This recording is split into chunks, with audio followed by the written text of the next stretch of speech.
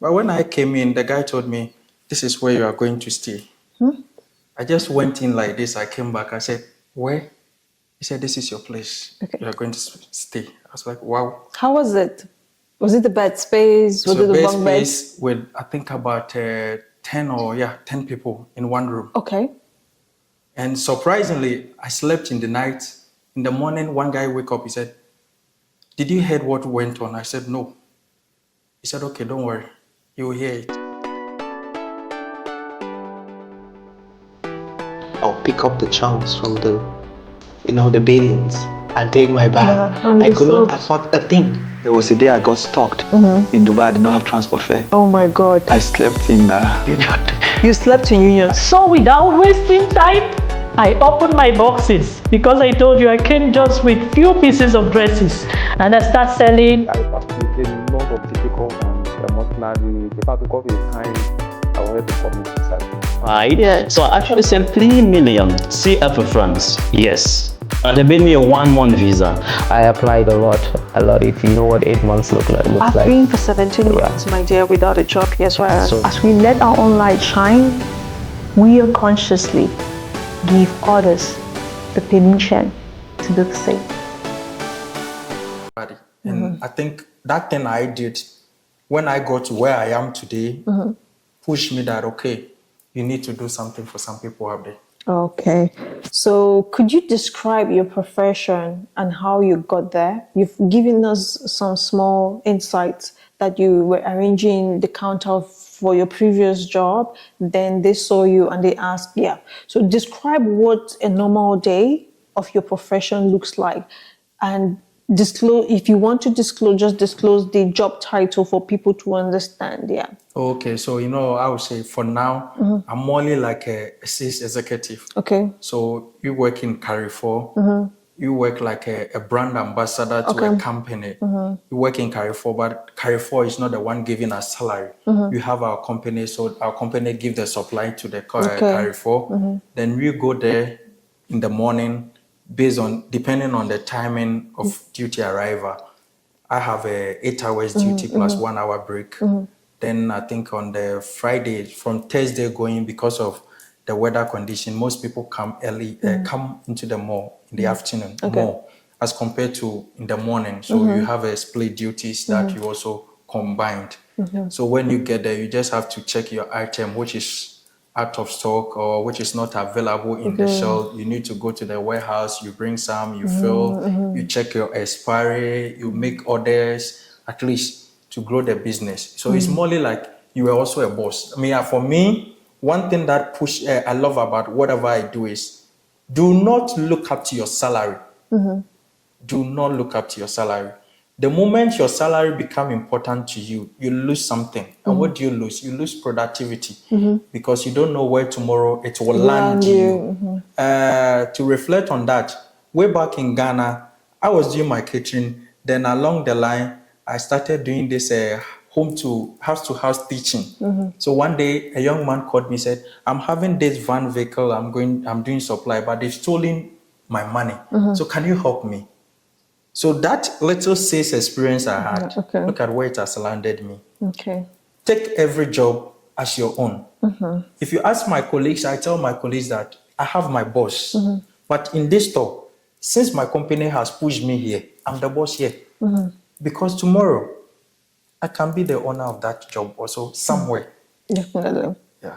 All right. So you just got this job with no, like, I don't want to use the word overqualification or with no specific qualification. So can you just share the details about if probably someone may be a cleaner and is looking forward, because you've just said, okay, you're a stocker trying to frontline items in the counters. So if someone maybe is a cleaner and is looking forward, changing their jobs, to get into your professional line. So what kind of course, can you share the details of the kind of course or maybe skills the person has to have to get into your professional line? Professional line.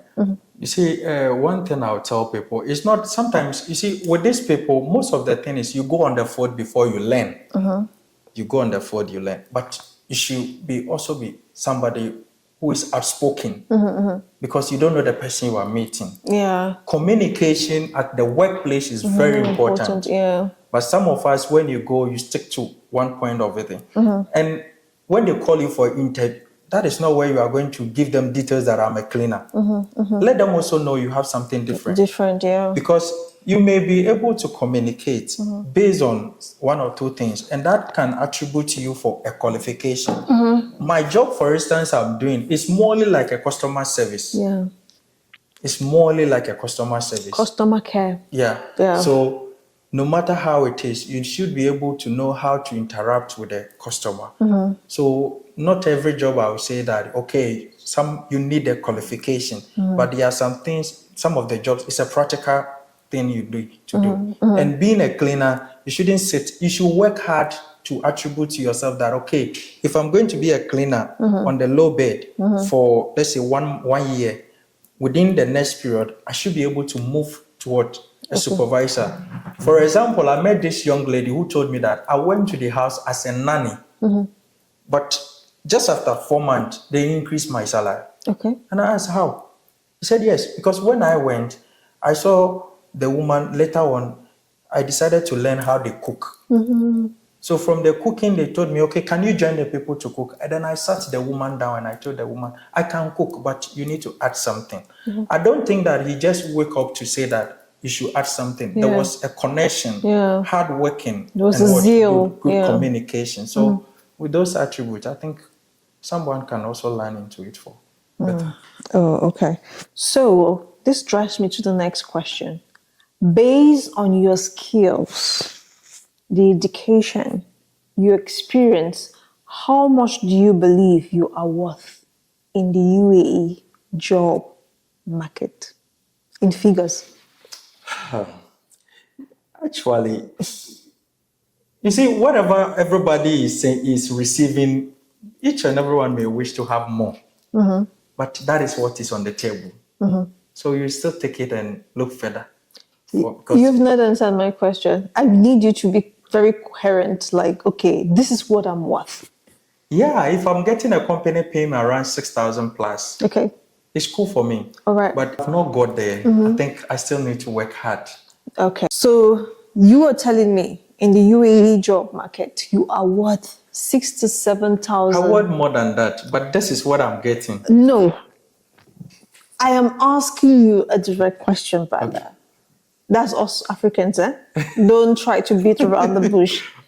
How much do you believe you are worth in the UAE job market? Don't tell me what you're receiving, what you know for sure that you are worth, as per your skills, your education, and your experience. 8K. 8,000 dirhams. 8,000 to 10,000. Do you think with the amount you've given me, you are overselling or underselling yourself? One way or the other, I would say based on the opportunity, I'm not overselling myself. You're not overselling yourself. So tell me why you think you're not overselling yourself. Because whatever I'm doing, at the end of the day, I'm learning something from it. So I will not say I'm overselling myself. Apart from salary, that is what I made before. If you make your salary be your priority, you lose something great. Oh, okay. You lose something great. Okay. That's good. Having lived in Dubai or UAE for 4 years, what valuable lessons have you learned? 1, about yourself. 2, about people. 3, about life. So start with yourself. Come again. What valuable lessons have you learned about, number 1, yourself. Number 2, about people. Number 3, about life in general. Patience. To my life, I think patience. Okay. Patience pain. Okay. Because sometimes it's not anything you need to work it out with those kind of muscle. Okay. You have the muscle, but your muscle is not giving you what you want. Most of us, I think the African community work things out with the muscle. That fails us most of the time. So in my personal experience, I would say patience is very important and good communication. Because some of us, most of us, I would say, our major problem is how to address our issues. Okay. So about people. About the people also, it's also brought down the same thing. Where you see, for instance, me, I have that kind of big voice. So when I'm interacting with my colleagues, I'm not angry, but they feel like, why? You get that? And it's part of us. And Africans, no matter how it is, we have that kind of ego in us. We have that kind of ego in us. And so these guys also that we are working with, sometimes they feel like, no, you are too much. No. You need to also understand the people. Okay. The moment you understand the people, there is nothing that is... You're going to flow. Yeah. All right. The third one is about life. Life in general. Being in Dubai has taught me that there is nothing like you cannot do. Thank you. I think one of the things that I also felt in life was, oh no, and procrastination. Like, oh no. You see, one day, that is why I was saying that do not let your salary be your priority. Yeah. One day, my boss told me to arrange some things. He brought the things. I went to the selling area and I was like, boss, no, I don't get space for this too. The man came in and I'm telling you, he had extra space. After we arranged, he had another extra space. From that time, I got to know that Africans, our major problem is you blame. Oh, is this one? Oh, is that? No, do it. Entitlement and blaming others.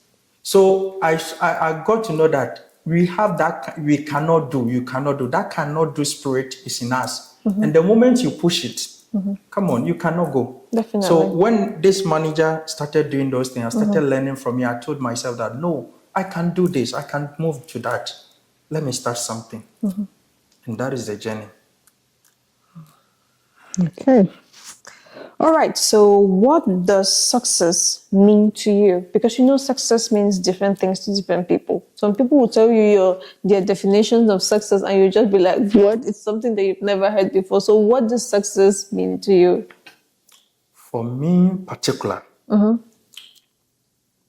if I'm able to feed myself, feed my family, and feed outside, I feel like I've achieved what I want in life. All right. So with your definition of success, do you consider yourself successful? Though I've not had it all, but I think I have achieved something better of my life as compared to before. Yeah. And success is not at one stage. Until your maker calls you, you have a lot to do towards your journey of success. All right. Sometimes, when I ask some people, they will tell me, okay, I was focused, I was patient, I was resilient. So to you, what were the yardsticks, right, that you've used over time to get you to this place you are in life at present? Yeah. I think way back, I didn't study those things. But when I got to UAE, I think one of the things I learned quickly was that building upon my mistakes. Building upon my mistakes. Because some of the mistakes I was doing, I felt like it was childish. I was just repeating it. And procrastination became one of it because I thought that, I was not able to do this. I will do it this time. Then later on, I got to know I need to set a target. Definitely. I need to set a target. So I set a target for 2 years to see what I would do. When I set the first target, I achieve it. I set the second target, I achieve it. And from that time, I decided that, this is the road. I'm seeing myself now going because you need to set target. And lastly, most of us were also financial indiscipline. Financial indiscipline. We spend our money with unnecessary things. So if you're able to set a target, you know that, I'm saving maybe 10,000 dirham. I want to enter into this. And I think I decided that and that's helped me. Oh, okay. All right. So do you think your journey to success would have been different if you went to other nations like the US, the UK, or maybe Finland or Sweden? Probably, I may say no or yes. Because if you are in Sweden, if you are in US, I tell people on TikTok, I lived in a man's house who was in California. If you check, somebody has to live in Dubai, right? If you check the achievement of the person in Dubai and you check of this person in the US, it's different, two different eras. the US, I could say the Dubai person did better than US, but we are here, so you classify US to be good. Yeah. Yes, it's good, but if you fail to know the value or the reason of being in US, you still come out as a drug addict. Yeah. So it's not about you being in the US, it's not about you being in the UK, it's about working towards your vision. If you're able to work towards your vision, you can stay in Dubai for 10 years, you work towards your vision, you will achieve it. If you stayed in the US for 10 years, you work towards your vision, you will achieve it. If you fail it, nothing. Okay. All right. Let me ask this question. Over your 4 years in the United Arab Emirates, was there a moment when you had to sit back and have regrets why you came to this country? I think I had one challenge. Okay. And that day I felt like it was from my mom. Okay. So I love my mom so much. Okay. We are 5 boys. So Okay. Mom of boys. Mommy boys. Okay. So I love my mom so much to that extent. So something happened to my mom, and I felt like, no, if I was there, it would have not happened. Okay. So I called mommy and I start to cry. A big man like me, and I start to cry. So at that time, I felt like, no, I wish I was supposed to not have been in this country. Okay. Just because of family? Yeah, regardless of it. I think after sitting the woman down or my mom down to talk to, I felt like there is still life for us to accomplish a task. Okay. So let's get to the cost of living in Dubai. Would you describe it as expensive, reasonable, or affordable? It's affordable. People complain about it, especially most Africans are complaining about it, but it's up to you. Okay. My health is my number one priority. Okay. And comparing what we sell in Ghana, for instance, and here, there's no difference. There is no difference. The only difference in Africa and here is that there is no job in Africa and there is job here. Because we are buying this, let's say, this 500 ml water here, I think 1 dram. In my country is, I think 2 dram or something like that. 2 cedis or, So if you check, it's, the equivalent is just simple. Okay. But there is no job. If there is job, and it's a normal norms that if anybody is working, spending is easy. Definitely. For instance, let's say when you are in your primary school, somebody asks you, will you use about 10,000 rand to buy iPhone 16? You tell the person, how? No, I'm so stupid, I'll never do it.